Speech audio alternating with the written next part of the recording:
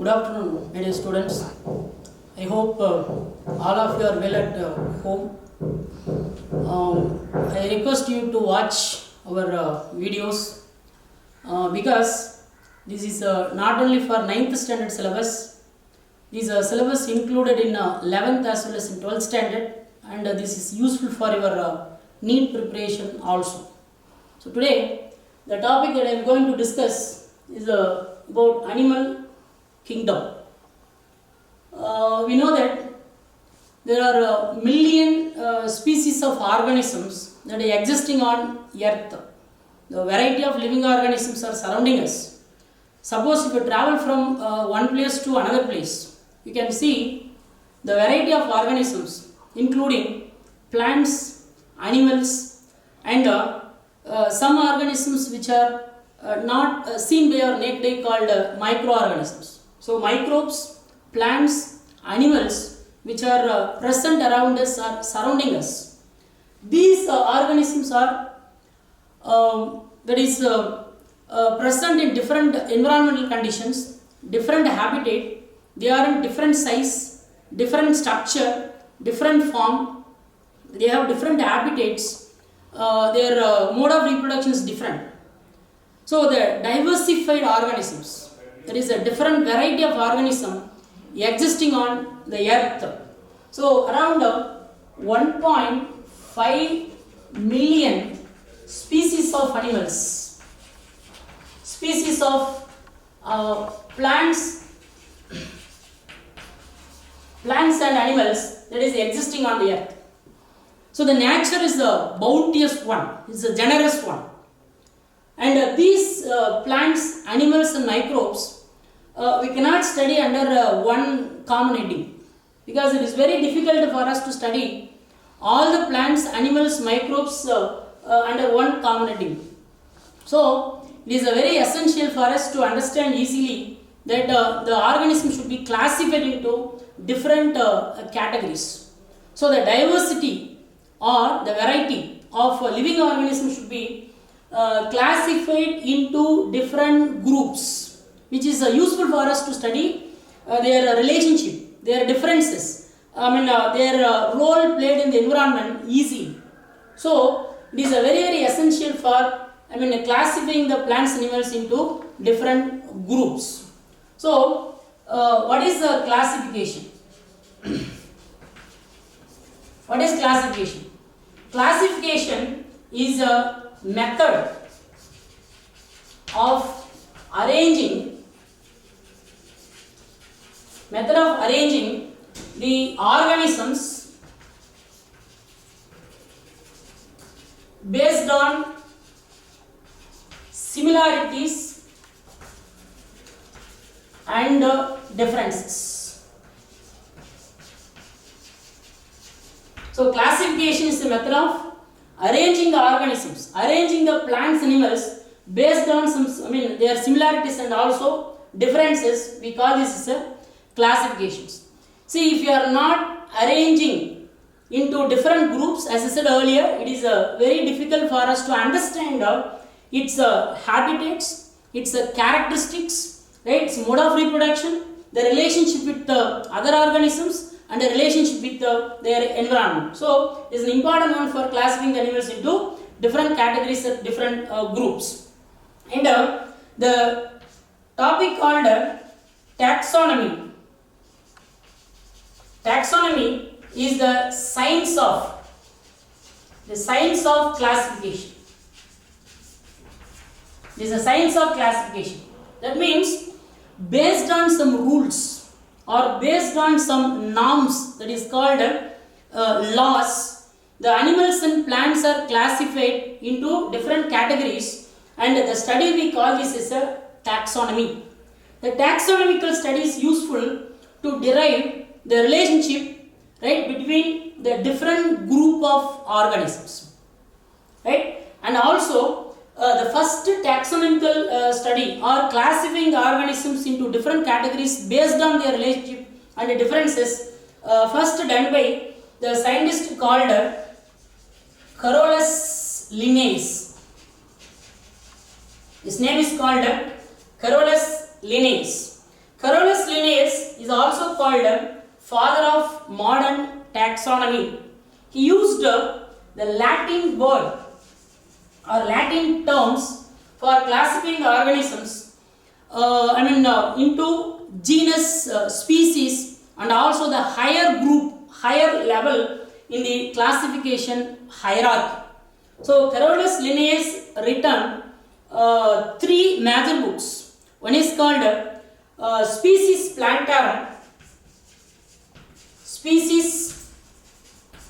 Plantarum, and Genera Plantarum, and also Systema Naturae. So in these books, he classified or he published more or less, right, all species of plants, animals, and also microorganisms. That is about 1.5 million species of animals, plants, and microbes so far discovered and described, and also the scientific name is being given to all these things.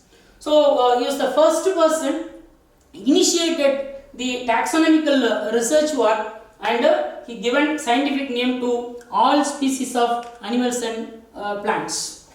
And here we are going to study about the classification of organisms based on the different criteria. See here, the classification of animals, classification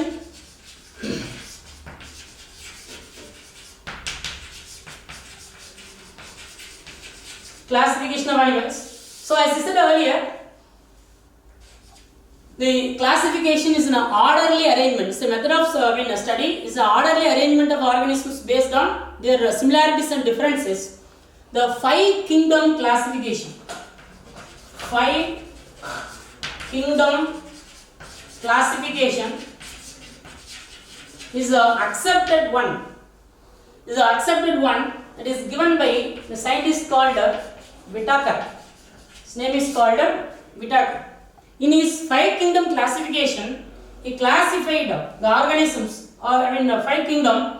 One is Monera, Protista, fungi, Plantae, and Animalia. Right? He classified the organisms, particularly the unicellular microorganisms, in the Monera, Protista, and the plants which are not able to prepare their own food, right, which are living as saprophytic organisms classified under fungi, and all plants, that is classified under Plantae kingdom, and all animals classified under the Animalia. So under the kingdom Animalia, the organisms are classified into 11 classes. So we are going to see all these 11 classes. So during his classification hierarchy, they used the different taxa.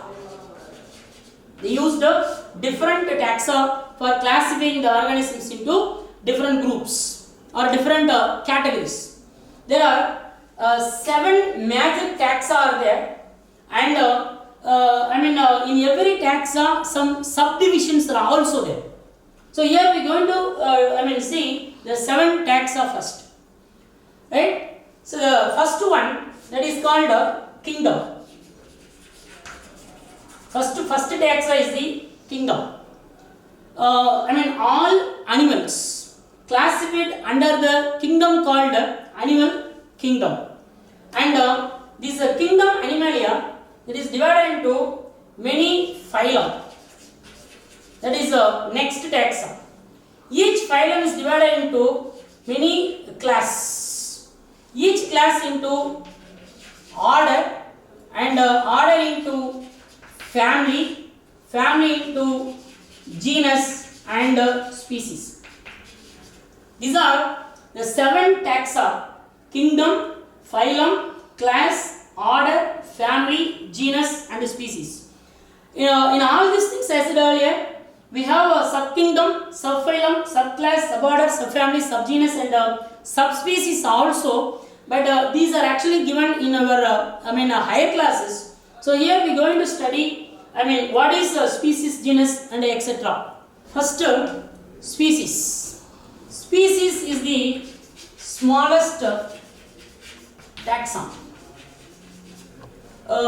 Species is the lowermost taxon in animal and plant classification, which is natural reality, not man-made.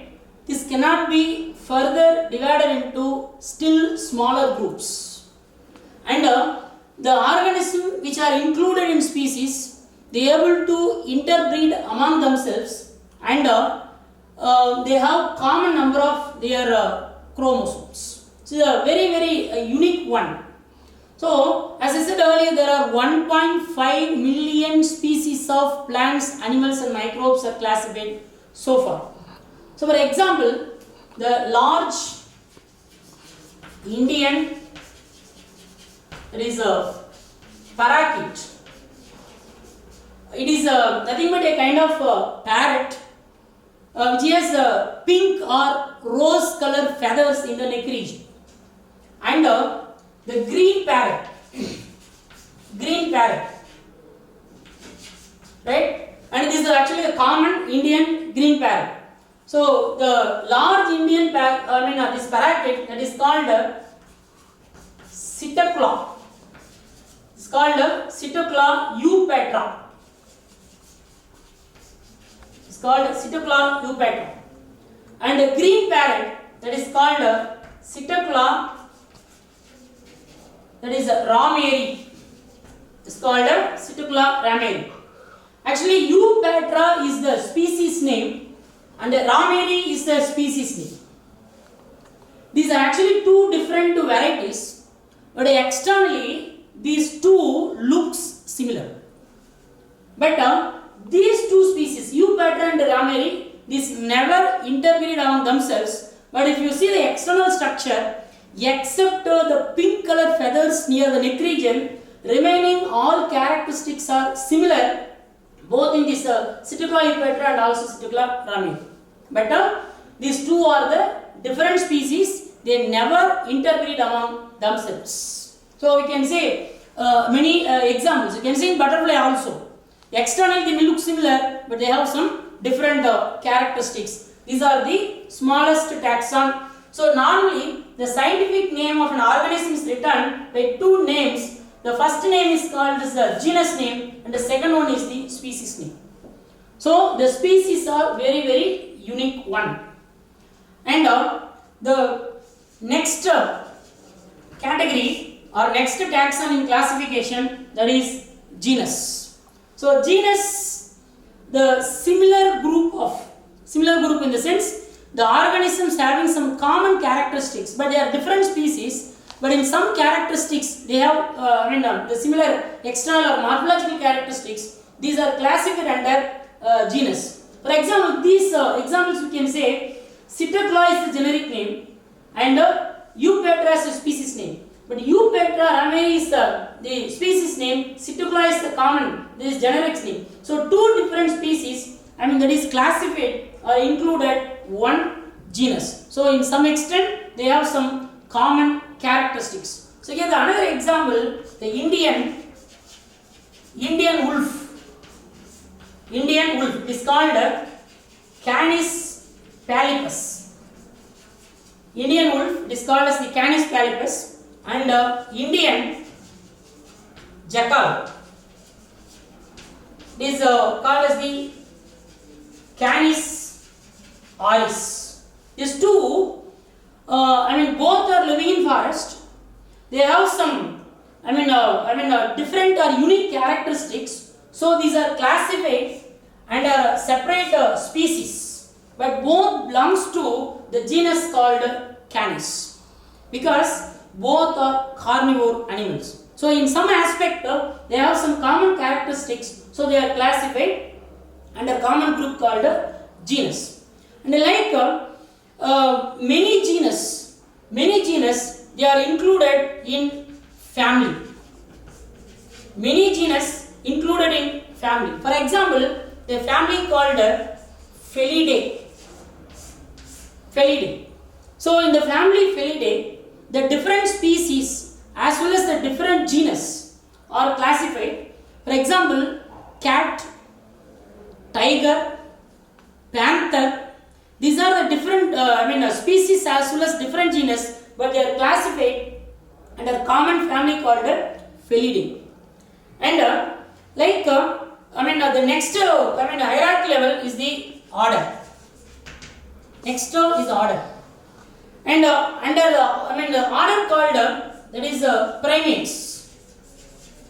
Order called primates. The carnivore animal as well as the omnivore animals are classified. And as I said earlier, the organisms which are grouped up, the family called Felidae, like cat, panther, tiger, including this dog, even human being, apes, different types of monkeys, all these are classified these under the order called primates. So many families are included in order. Many families are included in order, and many order. There is a different order which are included in class. So under the class called Mammalia, if you take mammals,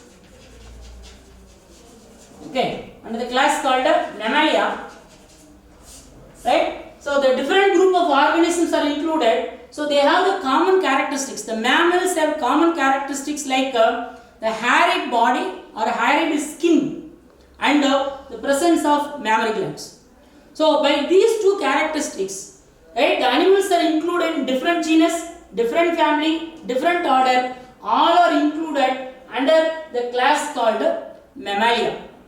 And this class Mammalia is one group, like the different classes or many classes that included the kingdom, included in phylum.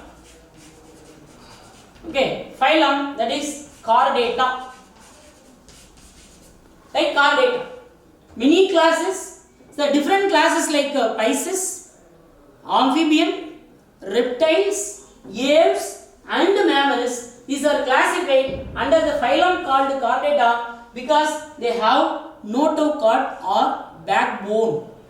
So by the single characteristics, presence of notochord or presence of the backbone, that is actually one of the criteria, one of the characteristics. So the organisms are classified under the phylum called chordata, and the highest level in animal classification is the kingdom. So all the phylums, right? All the phylum. There is invertebrates, we have about 11 phylums, and the vertebrate phylum chordata. All these are included the kingdom called Animalia. Animalia. Okay, all these are classified under the kingdom called Animalia. So if you take the classification hierarchy, right? Kingdom Animalia is the superior one. So all animals are classified here.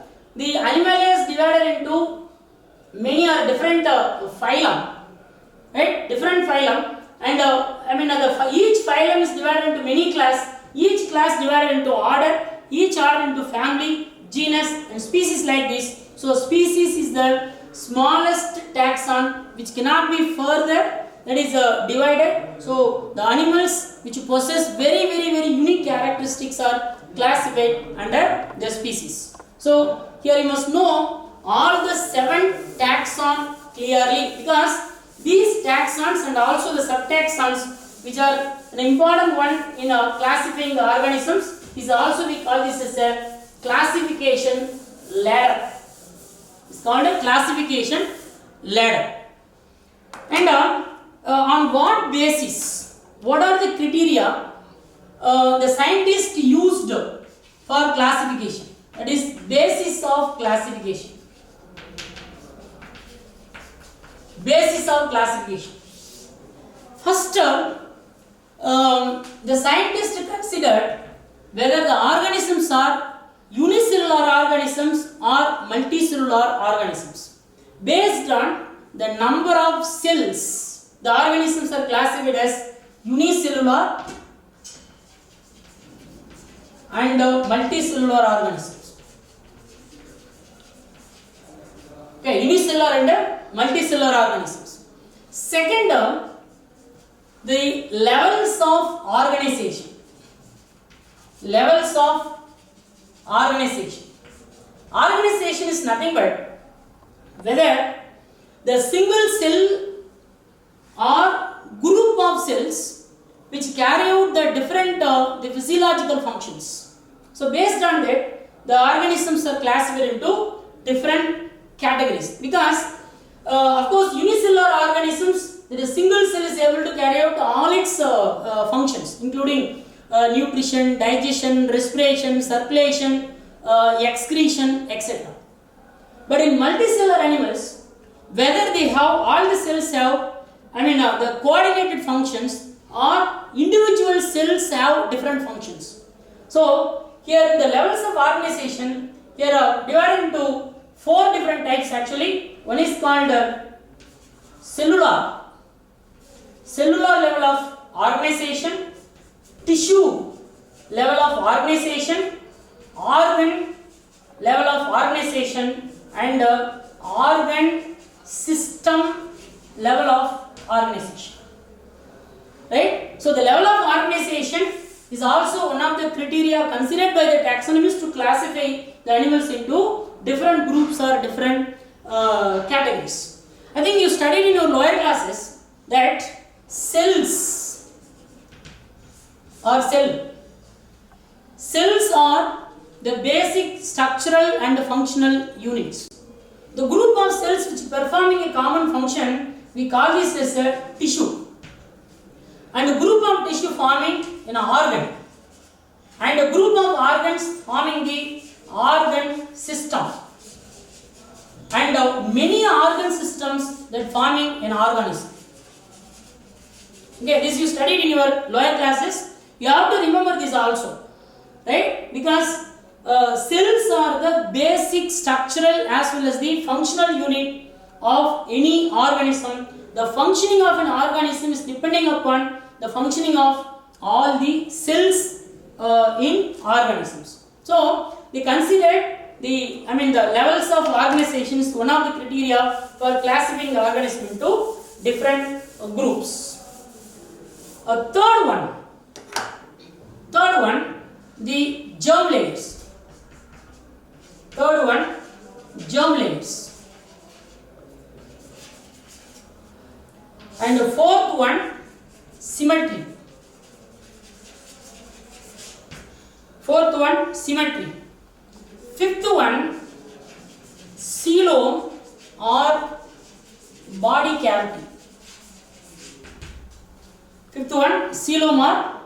cavity. Next, they considered the presence or absence of the notochord. These are the different criteria followed by the taxonomists to classify the organism into different groups. This is the basis for the classification. So we will see one by one, right, in detail, and what are the phylum or what are the different group of organisms are classified in these categories that we will see. So first, unicellular organisms. All unicellular organisms, as I said earlier, the single cell is able to carry out all function. These unicellular organisms mostly classified under the phylum called protozoa. Pro means first, pro or proto means first, zoan means animals. These are the first formed animals on the earth. And example, amoeba. So the amoeba is a single celled animals because it is a unicellular organism. As said earlier, they carry out all its vital functions from nutrition till reproduction. Here there is no any organization in protozoans or in unicellular organisms. And if you take the multicellular organisms, multicellular. The multicellular organism further divided into broadly into two types. One is called parazoa. Another one is called eumetazoa. Parazoa. Another one is called eumetazoa. In the case of parazoa, the cells are loosely arranged.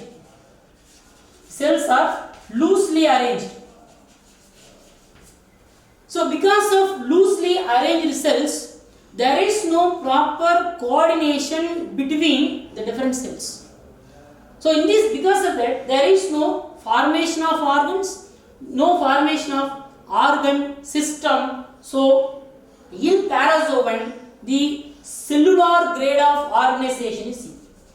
It's called a cellular grade of organization. So example for parazoans, that is sponges. All the sponges are classified under the phylum called Porifera. It's called Porifera. Porifera means they bearing pores. Poriferans means they bear pores in its body. So all these are marine form. So unicellular organisms, the phylum Protozoan. This I think this you studied in your lower classes.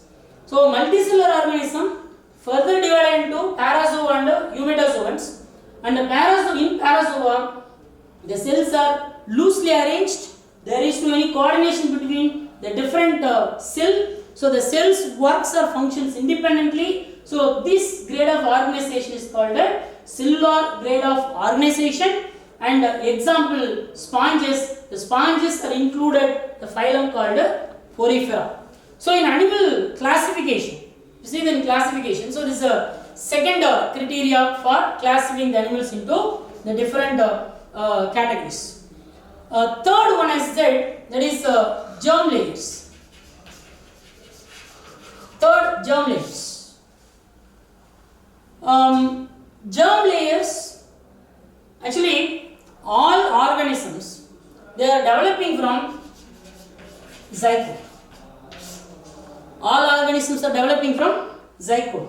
The zygote undergoes continuous mitotic or mitosis cell division and produce more number of cells.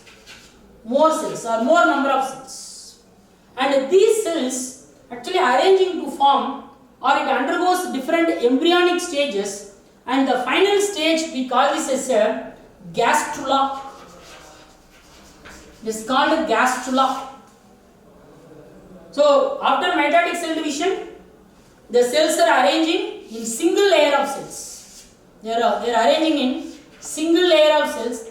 If you take a cross sectional view, you can see the single layer is that is present here, and in the middle there is a space. This embryo we call this is a blastula. This blastula undergoes some morphogenetic changes and becomes the 2 or 3 layered embryo. Generally in higher organisms, especially in multicellular animals, the 3 layered embryo is formed, and in this 3 layered embryo, the outer layer is called ectoderm, middle one is called as the mesoderm, inner is called endoderm. These 3 are called germ layers. So during the development process, the organ systems are developing from, right? These 3 germ layers are germinal layers. That is from ectoderm, mesoderm and endoderm. And in addition to that, the organisms possessing either 2 layers or 3 layers in its body wall. Based on that, these organisms are classified into, that is diploblastic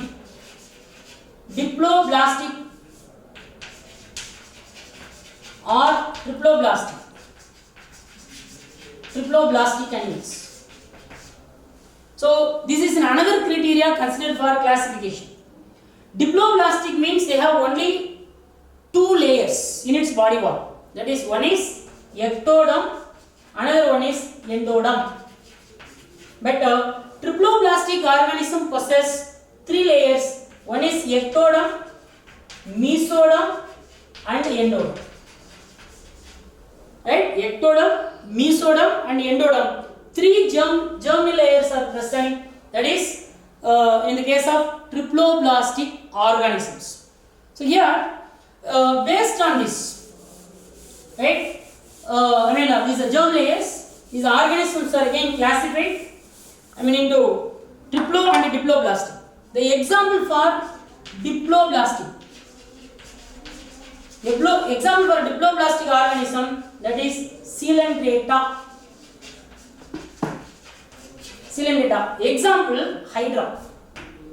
Example Hydra. Okay, Hydra, sea anemone, jellyfish, all comes under Coelenterata. In the case of diploblastic, as I said earlier, is ecto and endoderm. Two layers are there. Between the two layers, some jelly-like substance are present. It is called mesoglia. So, these two are diploblastic organisms. Mostly they are aquatic organisms. They are living in both freshwater as well as marine water, and they have some specialized stinging cells. So, these Coelenterata organisms are also called cnidarians. Because they have unique characteristics like presence of stinging cells, that is called as the nematocyst in its tentacles. So they are called cnidarians. And remaining group of organisms. Remaining group in the sense, after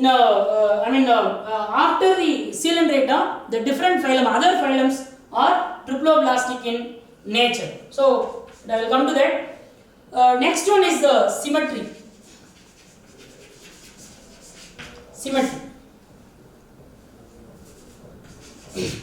Next category or criteria is the symmetry. And here there are two different types of symmetry is commonly that is noticed in organisms. Two different types of symmetry. One is radial symmetry. Another one is called bilateral symmetry. Right? One symmetry that is noticed, or that is one of the criteria used for classification. One is radial symmetry, another one is bilateral symmetry. So in the case of radial symmetry that is seen in the case of Coelenterata organisms like Hydra. Here all the body parts that is present around the central axis. Okay, the body parts are present around the central axis. For example, if the body structure is like this,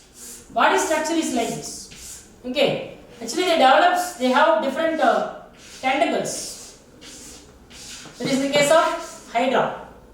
All the tentacles actually present around this body part. So, suppose if we cut the organism in any angle like this, and we can get equal parts. If we cut at any angle, right, and the plane when it is passing through the median line, but if you cut in any angle, if you get two or more than two equal halves, we call this as the radial symmetry. So the radial symmetry is seen in the case of Coelenterata as well as in echinoderms. And bilateral symmetry, that is a bilateral symmetry that is seen in the case of the other higher organisms. For example, if you take any insects, here is the head, we have tentacles, and here is the body parts, right? If you cut in the median line, so all the body parts are present, right? Here in the near this median line. If you cut the animals, or if the the line passes through the central axis, we can get two equal parts or equal halves. This we call this as a bilateral symmetry. So in general, except Coelenterata and one more phylum called Echinodermata, that is the starfish, in remaining organisms we can see the bilateral type of symmetry. So the symmetry is also considered one of the criteria for classification of animals into different groups. Next one, that is coelom, or it is called as the coelomic cavity. Coelom is nothing but a body cavity. So it is nothing but the space between the digestive tract or that is alimentary canal and body wall. Alimentary canal and body wall. Suppose if you take the cross section of organisms, right? We can see the different type of coelomic cavity in different organisms. Based on that, these organisms are classified into acoelomates. These are classified into acoelomates. And the second one, pseudocoelomates. Third one, that is eucoelomates. Okay, based on the coelomic cavity, the organisms are classified into acoelomates, pseudocoelomates and eucoelomates. In the case of acoelomates, for example, see the digestive tract, imagine digestive tract, these acoelomate, pseudo and eucoelomate organisms are triploblastic animals. These are triploblastic animals. So they have 3 layers in its body wall. So this is intestine, and surrounding the intestine, the layer is present called that is endoderm, and surrounding the endoderm, that is mesoderm. Here is the mesodermal layer, and the outer layer, here the outer layer is the ectoderm. See, if you see this is imagine mesoderm, here is the this is endoderm. See, the ectoderm, here is the mesoderm, and this one is the endoderm. The inner one we call this is the intestine or digestive tract. Here there is no space between the ecto, meso and endoderm layers. So if there is no space between from this intestine and the body wall, this kind of coelom cavity or this kind of coelom, we call this is a acoelom. The organism which possess the acoelom or absence of coeloms are called acoelomates. Example for acoelomates, that is platyhelminthes.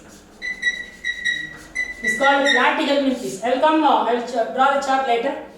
And platyhelminthes example, tapeworm. And in the case of pseudocoelomates, here the cavity, that is intestinal cavity is here, and here is the outer endoderm, and here between here is the mesoderm, right? Then the outer layer is the ectoderm, between this ecto and mesoderm, right, the cavities are present. These cavities are present like small pouches. It is not continuous cavities. So these are called false seal. It is called false coelom. So it is called pseudocoeloms. The organisms which possess these false coeloms are called pseudocoelomates. Example, Ascalminthis. Example, Ascalminthis. That is Ascaris worm. Example, Ascaris worm. Ascaris, Ascaris worm, Ascaris lumbricoides. And when you see the eucoelomates, in eucoelomates, this is the intestine, and here the endoderm is there.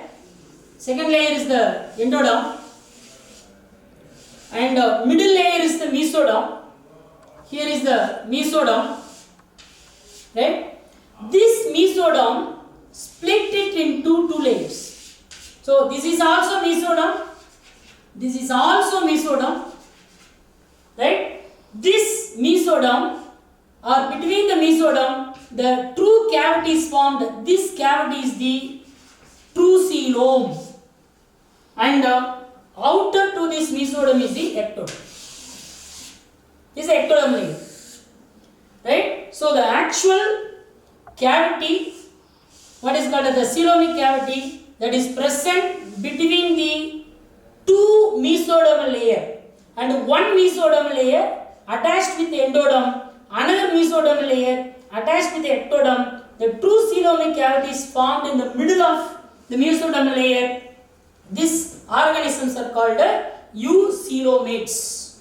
So based on the coelomic cavity or body cavity, the organisms are divided into three types. One is acoelomates, pseudocoelomates, and eucoelomates.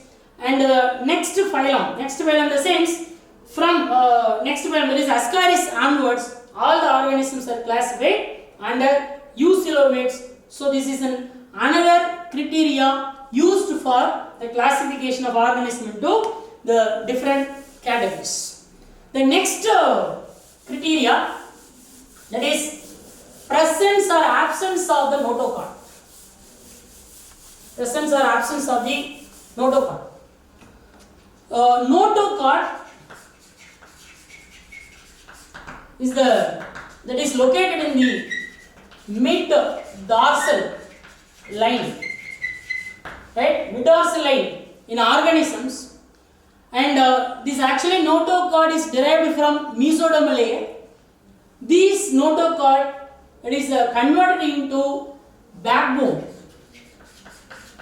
This is a backbone in higher organisms, but in lower organism, in some lower organism, the notochord is persistent, right? Either throughout its life or part of its life. But in higher organisms, this backbone, that is a notochord, is converted to backbone, that is present. In these organisms. And based on the presence or absence of the notochord, the organisms are classified into two major types. One is called invertebrates. One is called invertebrates, or it is also called non-chordates. It is called non-chordates. The organism which possess the backbone, right? Or the organism which possess backbone, they are classified under chordata. It's called chordata or vertebrates. This chordata further divided into two subgroups. One is called prochordata, another one is called vertebrata. See, this notochord is absent in invertebrates. Notochord is absent in invertebrates. But the notochord present, only half of its body parts, or during half of its lifetime in prokaryotes, that is in chordates, but not persistently present throughout its life. But the notochord is converted into backbone in the case of vertebrata, and that is present from Pisces to Mammalia, that is from fishes to mammals. So, notochord is also one of the criteria that is considered for the organisms to classify into different categories. So, if we summarize these points, we can write a small chart. By preparing or reading this chart carefully, we can easily understand the classification of organisms. See, the kingdom, that is Animalia, only multicellular organisms, right? Multicellular organisms is classified under kingdom Animalia. Okay, and the first criteria that is considered, it is the levels of organization. Levels of organization. Second, germ layers. Third, coelom or body cavity. And we can easily study about the various phylum, right? So, multicellular animals, the levels of organization, it is based on this levels of organization here divided into two types. One is cellular level of organization. Another one is tissue or organ system level of organization. So, the cellular level of organization, cellular level of organization, that is found only in the case of phylum called Porifera. So, the example for Porifera, sponges. In cellular grade or in this Porifera, there is no germ layers, there is no any coelomic cavities. And in tissue grade of organization, here they have the three body layers. One is the grade of is the germ layers. One is it is a diploblastic. Another one is triploblastic.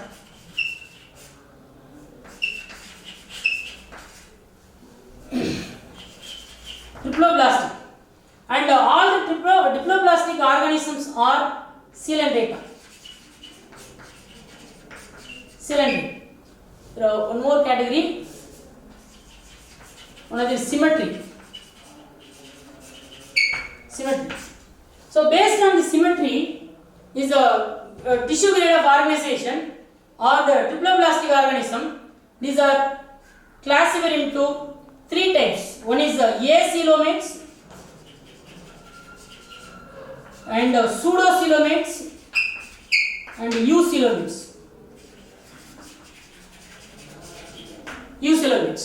So, acoelomates, that is platyhelminthes,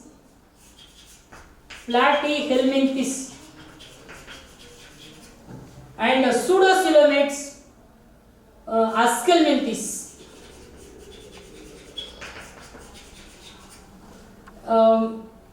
Eucoelomates from Annelida. So, the phylums included in eucoelomates are, that is Annelida. I will write here Arthropoda,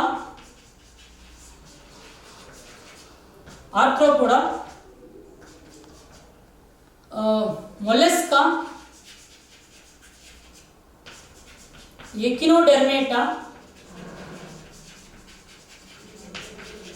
Hemichordata and Chordata. Hemichordata and Chordata. So, all these, that is from Annelida till Chordata, all these organisms are triploblastic animals, and all these are having this eucoelomate organisms. They have true coelom. So, the organisms are classified into 11 phylums. That is from Porifera, Cylindrita. Cylindrita is also called Cnidarians, Platyhelminthes, Askelminthes, Annelida, Arthropoda, Mollusca, Echinodermata, Hemichordata and Chordata. So, this is a very important that is a criteria which they follow for classifying the organism into different categories as earlier. One is levels of organization, germ layers, coelomic cavity, symmetry, and all these animals are classified in these groups. So, Chordata, only group of organism which have the notochord. So, in this also, as I written earlier, is a further divided into there is prochordates and vertebrates. Only the vertebrate organisms having the true backbones, right?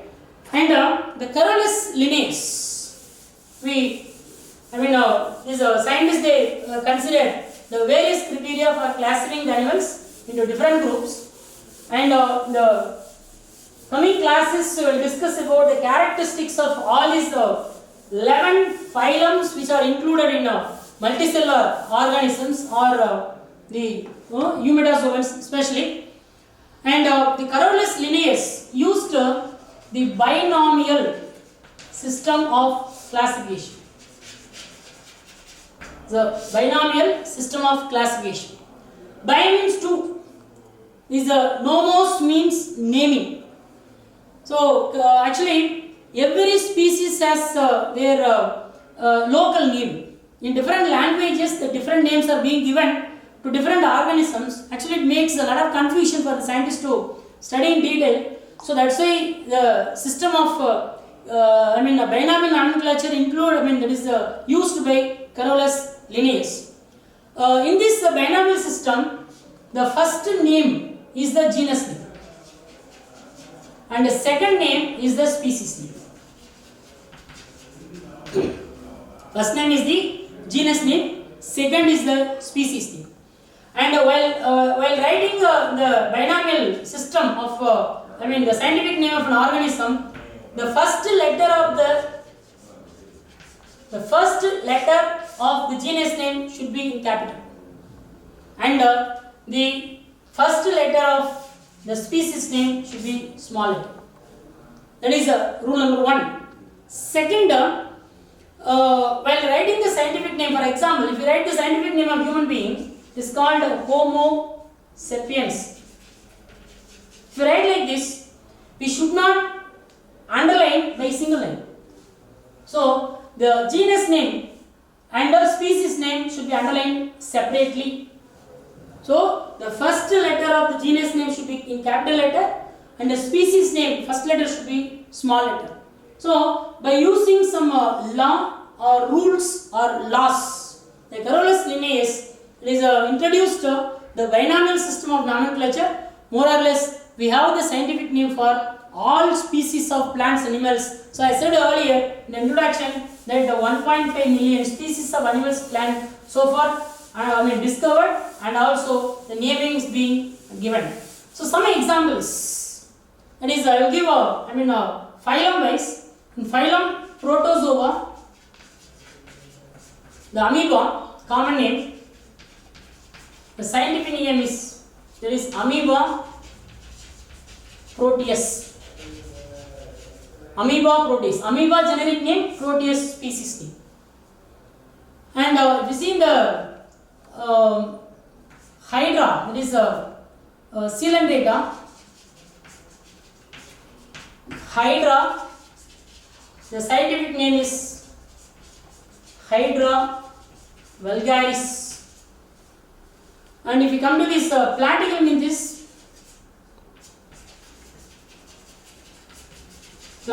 means the tapeworm, common name, and the scientific name is called Taenia solium. So, Taenia generic name, Solium species name, Hydra generic name, vulgaris species name, Amoeba generic name, Proteus species name, and Ascalminthis, that is common name is Ascaris, scientific name is Ascaris lumbricoides. Ascaris lumbricoides. You see the Annelida, leech, common name, that is Hirudinaria granulosa. Hirudinaria granulosa. And arthropoda, that is a cockroach. Scientific name is Periplaneta americana. The next phylum, Mollusca. Common name is snail. Scientific name is Hyla globosa. And we'll come to that cardiac animals like cat. The scientific name, common name is a cat. Scientific name is Felis. And for example, take man, human, that is Homo sapiens.